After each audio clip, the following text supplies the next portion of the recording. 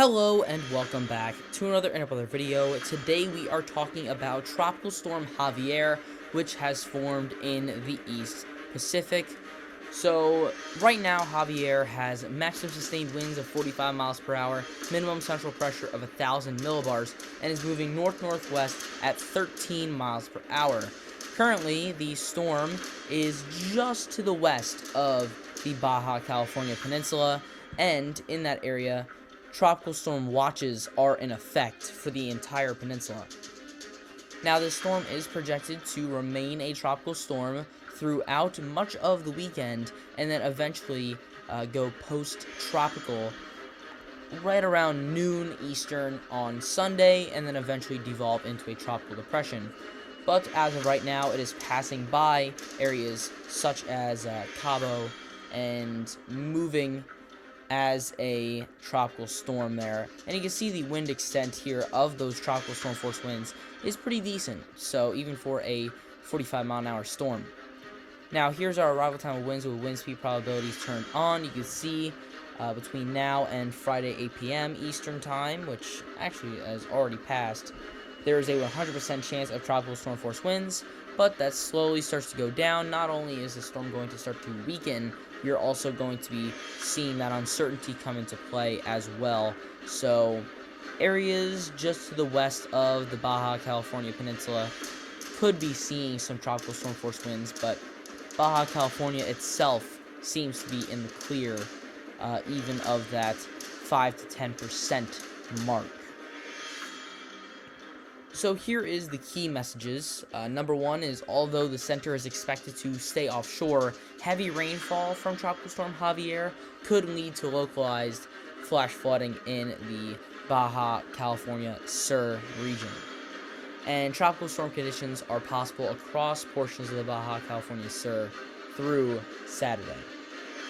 So let's take a look at Javier on satellite imagery here. You can see that the storm is definitely going to be impacting portions of southern Baja California here, as well as we are seeing the center of the storm kind of get infiltrated with some of those thunderstorms. We really don't have a clear eye anymore. We used to, but you can also see here there's plenty of energy flowing in from the south and southwest into areas such as Baja California and even into portions of mainland area of Mexico.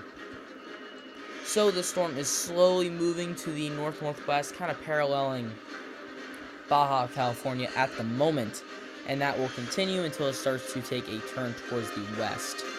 So we're going to be looking at our current storm information from Tropical Tidbits and Weather Nerds, and we're starting off here with our global hurricane models, showing that turn towards the west here, but right now still paralleling the Baja California coast. And you can see that the storm peaks out as far north as 30 degrees north. So that is why this storm is going to start to weaken.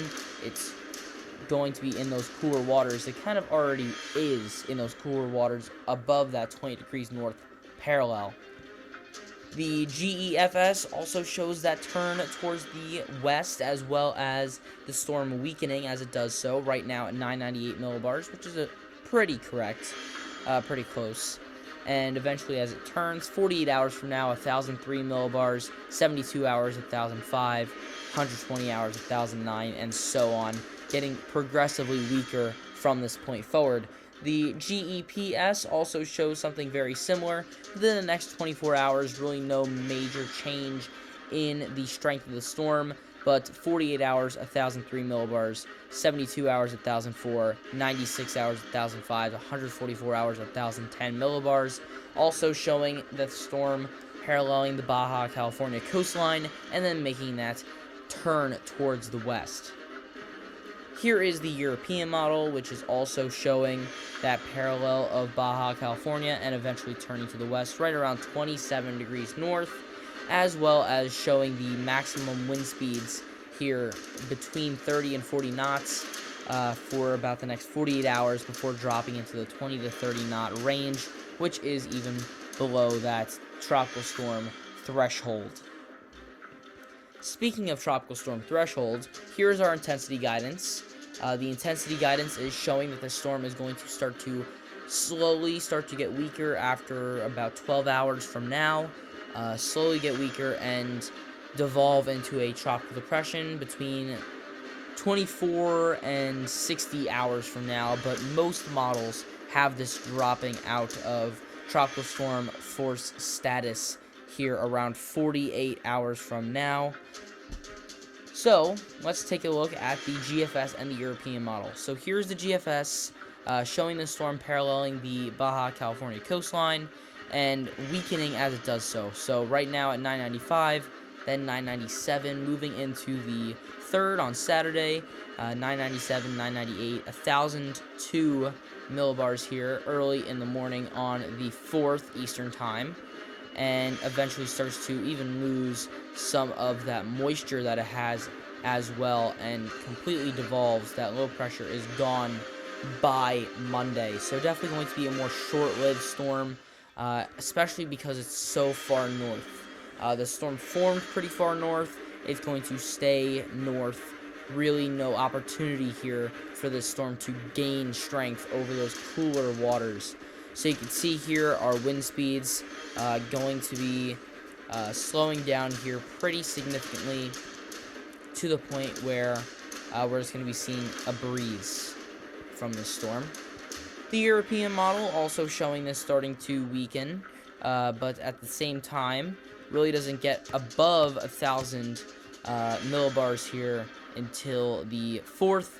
As you can see, it rides right by Baja California with all of that strength, and as it starts to make that turn towards the west, it weakens rapidly and devolves just into a wave by late in the evening on Monday. So this will be a very short-lived storm according to both models here. Let's take a look here at our wind speeds, and you can see here that they also drop off very quickly as it makes that turn towards the west and eventually does devolve into just another breeze.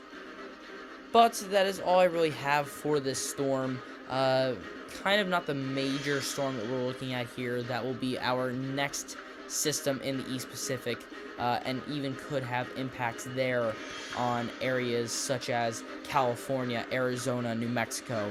That storm may even ride into the Gulf of California, and that could give it some extra oomph into the United States. So that is the bigger storm to kind of look out for out of the East Pacific, but this storm will have its impacts, especially in southern Baja California, especially with that rainfall amounts. So stay tuned here for any more tropical weather updates, including updates from the Atlantic, as well as more updates from the East Pacific, by subscribing and hitting the bell. But that is all I have for today. Thanks for watching, and I'll see you guys next time.